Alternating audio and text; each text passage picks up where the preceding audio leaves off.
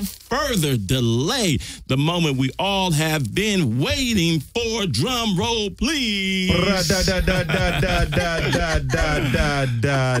please. We don't have a drum. She is in the building, Miss Gloria Goldwater. Now, you know what? I have been waiting on this for a while. Yes. All my life. I love her because you know what, though? I could just take her around to do sound bites for me, and I would just make it. I'm telling you right now. Okay. Gloria, wife of the late Archie Comics creator John Goldwater, former head of the Women's Anti-Defamation League, and publisher. Now, I want y'all to wrap y'all brains around this. Okay. Of the very first hip-hop magazine now, let me tell you, there's been a lot of hip-hop magazines that you're really familiar with that you've seen on newsstands. Can you name a few, please? Over. Name a few, Kaya. We had the Right On. We had the Double XL. We had the Sister to Sister. We had the Source. Right. But, you know, with everything, there's always a first. Right. And what you're telling me is that this was the first hip-hop magazine that came out. That's what I'm telling you. Wow. And I tell you what I want to do, because if I keep talking, I'm going to just say some stuff that she might not like. And so I'm going to let her tell you about what she has done, who she is, and tell about her movement and everything that she's doing. This is Mrs. Gloria Goldwater, y'all. Well, first of all, what was your reason to want to come out with a hip-hop magazine? I mean, at the time when this came out, which was, what year was this that it came out, the first edition? The first edition is 1991. Do you have that? Yeah. That's it right there. Can you put it up to the camera? Put it up to the camera right there. I want to see what the first edition looked like. Superfly. Wow, Jasmine guy. I see Jasmine right there. And Big Daddy Kane on the back. Can we do something right quick? Now, Miss Gloria Goldwater, So what was your what was your reasoning for coming out with a hip hop magazine? I know that wasn't a popular decision at the time. You know, during that time, hip hop was still kind of, is it going to stay around? Is it going to be around for a while? You know, maybe this is just a trend. How long is it going to last? People didn't think the longevity of hip hop would be this long, you know, at all. So for you to, you know, take a chance and say, I'm going to come out with a magazine that highlights hip-hop, information, artists, interviews. What made you decide that you wanted to do that? Well, I have always loved hip-hop. When I was younger and a kid, I'd turn on the radio and I'd hip-hop all over the place. She hip-hop all over the place. And people thought I was nuts. Right, I just loved the music. I don't know why. I just felt free. It was a certain kind of feeling that just made me fly around, actually. How did you get exposed to it? I was left alone home quite a bit. Right. So I used to turn on the radio. Right. I'd hear different musics, and they were okay. Right. I think once or twice I've heard the hip-hop music, and I just loved it. Right. And It does something to you. It just made me alive. I didn't mind being alone. I was happy I was alone in the house, so I can race all over hip-hopping. Yeah. Right. And I loved it. And as I grew older, I kept looking, and I didn't really see too much for it. You know? Right. And particularly where I lived, nobody even hip-hop. They didn't even know. They thought I was crazy. I was a crazy kid. You know? She's nuts. Right. But as I got older, and I was fortunate enough to meet John Goldwater, who was, how can I even put it? He had... He published Archie Comics. Yeah, Archie, man. Yeah, we all grew up with Archie. He was Archie Comics. Wow. And he was the creator of the Archie Comics. Archie. And so crazy. And who don't know Archie? Yeah, and comparing Archie to hip-hop is like white and black. Right, exactly. Like Literally yards different broad. It's spectrums. crazy. Yeah, definitely. And I met him. We fell in love, and we got married. And I had a wonderful marriage. Everything was fine, but I always loved this. And when he would go to work, I would turn on the radio and I'd look for the music and I'd do my exercise hip-hopping. Look at you. And I started looking around and I didn't see anything. And one day he came home and I said to him, I'm just tired of all this. I don't find what I like. I'd like to publish a magazine. And he looked at me like I was nuts. I mean, he really did. What the? Yeah. So we got Archie going on. What is going on? Archie, the clean white course. Archie. Right. Talking about hip-hop. So I said, no. I said, I really like it. I said, I just love the music. I exercise with it. I love it. So he just didn't pay too much attention. So one day I decided, heck, I'm just going to do something. So I went downstairs, walked around, looked all over, and I found a building on, I think it was like about 52nd Street. Mm-hmm. And I went inside. There was a vacancy of a couple of rooms. And I looked, I said, gee, this would make a great office. It's near my home. I can almost walk home. Right. And I'm going to start in a magazine. So, to myself. So I put down a deposit, and then I went home. And I came home. My husband was home. And I said, guess what? So he said, what? And I said to him, I really want to start a magazine. So he looked at me, what's the matter? Are you crazy? I said, no. I said, I've even thought of a name, Superfly. I said, Superfly. I said, I just love that name. And he said, look, what the heck do you know about magazines? Are you crazy? Nobody has these magazines. I said, well, I'm going to do it. And I want you to help me because you're in the magazine business and you're my husband and you have to help me. So I guess he said, okay. And I ran and I gave a deposit, and not knowing anything about the business, frankly, but I knew what I wanted. And somehow or other, I seemed to have a knack of attracting people at that time. And I decided that I was going to have what I called a black magazine, and I thought of the name of Superfly. Superfly. I had read about an article or something with the word Superfly, and I attached myself to it. Okay. And that was it. So I come home and I tell my husband that I have found a vacancy, that I put a deposit, and I'm off starting a magazine. Well, if anyone was flawed, he was. And because this was like from A to Z, from Archie to Superfly. Was Right. Archie to Superfly. He was really Archie, and I was really Superfly. Now, at this time, did you have a concept of a visual of how you wanted the magazine to look, what you wanted in the magazine, I knew what people got from the magazine? Right.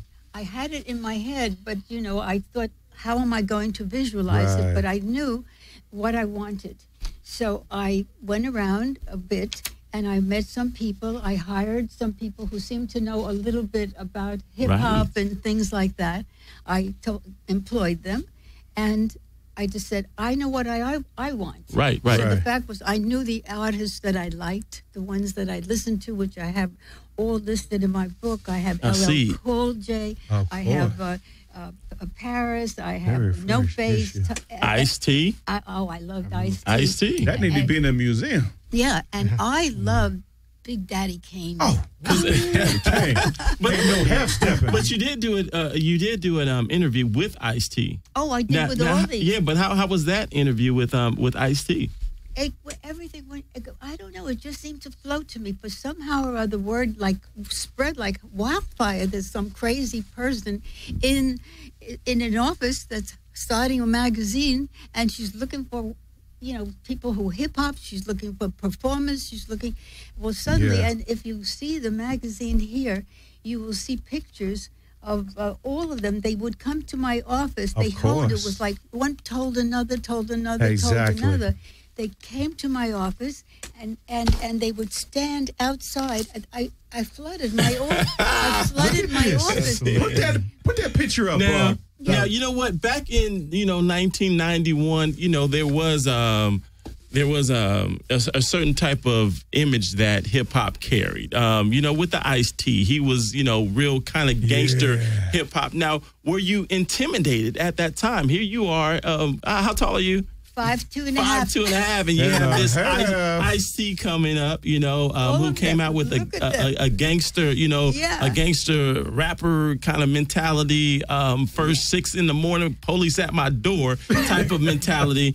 And here you are. And were you intimidated at that time? No. I fell in love with all of them. And the funny thing is, my place became the hangout. I used to have sandwiches. I would have coffee. I had books. And they had a place to go when they were looking for a job, or if they had nothing to do, or they were miserable. They'd come to my office. And I let everyone come, whoever wanted to come. As I said, it just overflowed into the hallways. Right. And I never was nervous. My friends thought I was crazy. They really thought something really happened to my brain. And I never was nervous with them. I always felt that I belonged. And they treated me. It was amazing how they looked after me.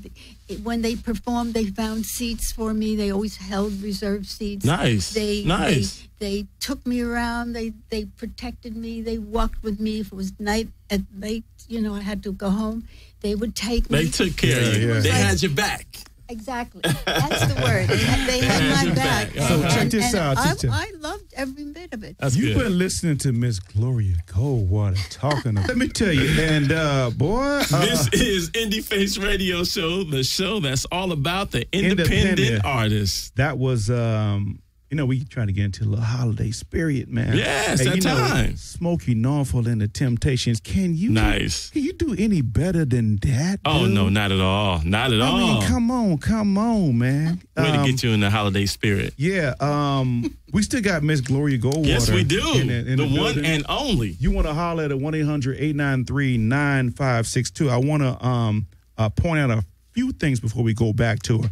Number one, we have a new little deal that we did since the last show. It seems like every show we doing a deal. A little deal. That's what it's about. That's what it's about. Trainer Z, that was on our show last time. Trainer Z. That's right. Yeah, Trainer Z is going to be a major focal point on our show in the future, because we're going to be highlighting him as he gives these little inspirational and little physical segments about how to stay healthy in 2015.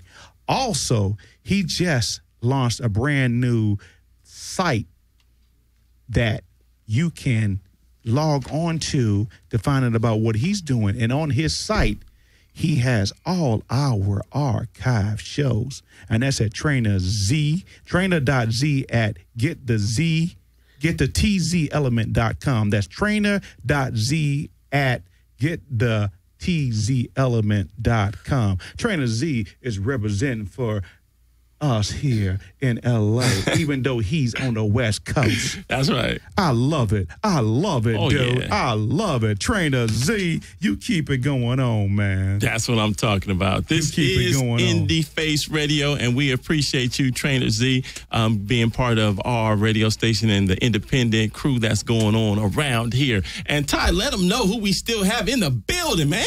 Dude, we have this lady here. Now, you know what? Let them know. Gloria. She has Miss Gloria Goldwater. It was something that was brought to my attention. I don't know if you can elaborate on this, because you started the very first hip hop magazine, right? Yes. And it was in New York, right? Yes. I was told. Now you can confirm this or deny this or whatever. I was told through someone else that when they came out with the TV show Living Single, okay, and that Queen Latifah played her character, what was her name? Khadijah. Yes. And she had a hip-hop magazine called Flavor, that it was loosely based off what you had done in your early career. Can you confirm this or deny this? I'm not aware. Well, I'm going to say yes. We're going to say yes. We're going to take it yes. That's what I'm going to say. That's what I'm talking about. You know what? This magazine, during the break, I wish, the cameras was rolling and the mic was still on, because we had a chance to kind of talk about the magazine and, the influence that the magazine had her reasoning behind it. And you know what? I did want to know, were people questioning your intention when you first came out with the magazine? Did they have, did they question the intention that you had? Absolutely. Why you would come out with a magazine like this at that time? Yes. Yeah. Very much so. I mean, people were horrified. They didn't question my intention. They were horrified that what is the white, Right. so-called, being called upper class, rich young girl wanting to do hip hop. Exactly. What am I, nuts? Right. That I must have a screw loose. Right. But I probably did anyway. But it was something that I loved, and I felt that this is what I wanted to do. I just felt that, my best customers, my best clients were prisoners. I was amazing. I used to get every day, I'd get a crumpled up little envelope with a crumpled few dollars asking for my book. Nice. And I would send it to them. No matter what they put in there, I always mailed it to their prison. And they were my best customers. It was like amazing. I wish I had been able to go there and see them.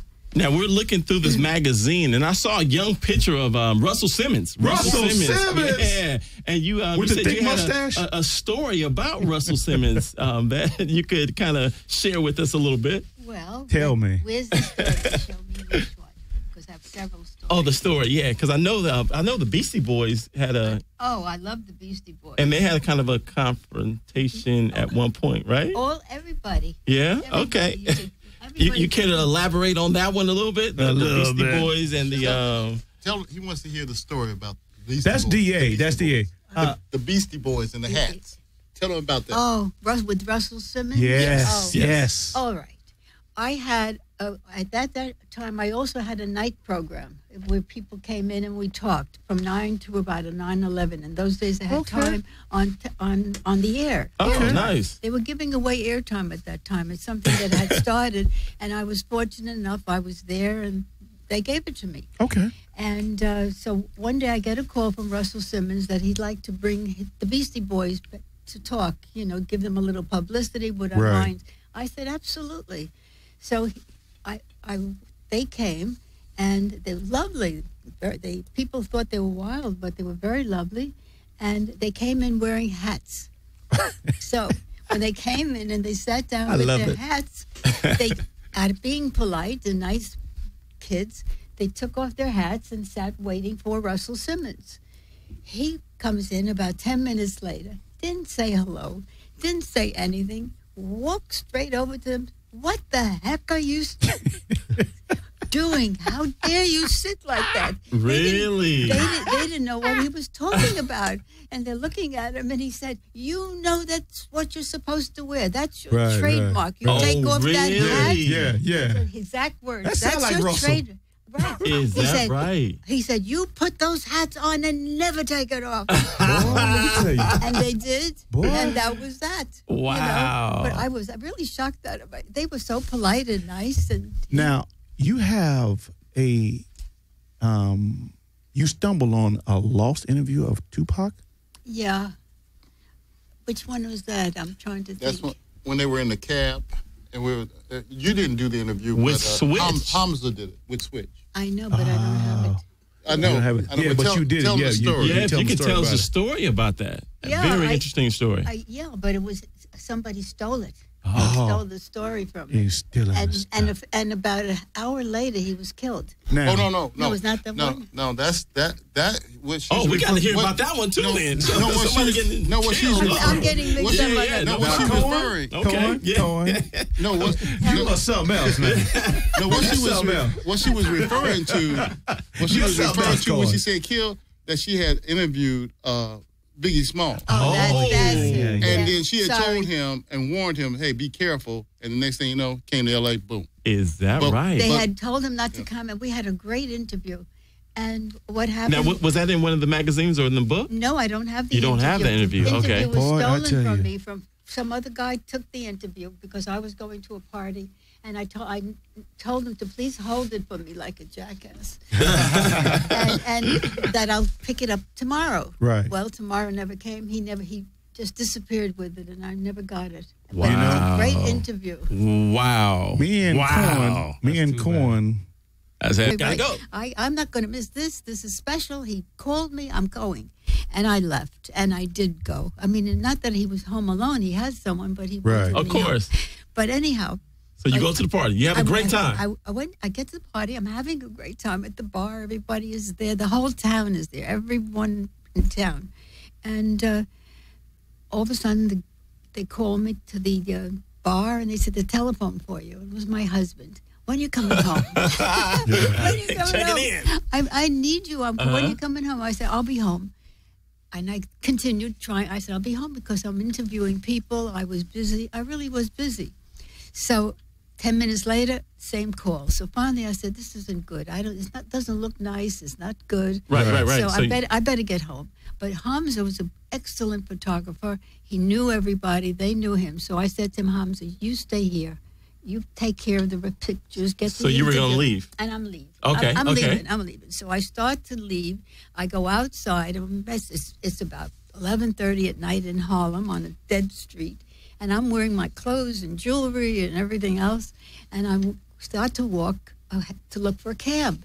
And all of a sudden, I hear someone screaming, not talking, screaming, Gloria, Gloria. And I turn around, and there's Big Daddy Kane running after me. Is that right? Yeah.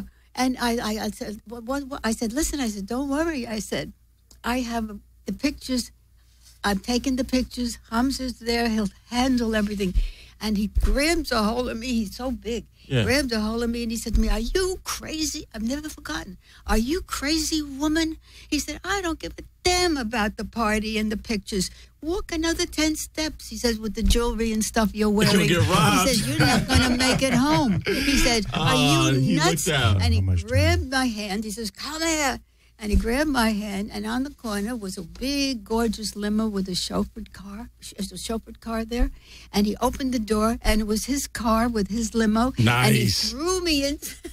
he looked out, like you said. He looked out for me, and they always did. They were wonderful. So cool that all the artists always looked out for you. And you know what? You got so many stories, and we just had a chance to touch on just a little bit of the story. So we're going to have to. We're going to have to invite you back. But they can hear them all tomorrow, Saturday. Yes. Exactly. And if you don't know, right now, Gloria is going to have a book signing tomorrow, Saturday, December the 13th, 2014. You make sure you be there. The place, Smiley's Books, Juice C.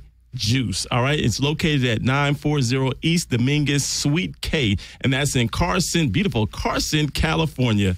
All right. So make sure you go check her out. The book signing starts at what time? 1 o'clock. 1 o'clock. Make sure you get there. Gloria, she published the first hip-hop magazine in America called Superfly. And if you want to hear some of the stories, you got to come out. I'm telling you, she has stories for days. She has stories about Big Daddy Kane, the lost interviews from Tupac.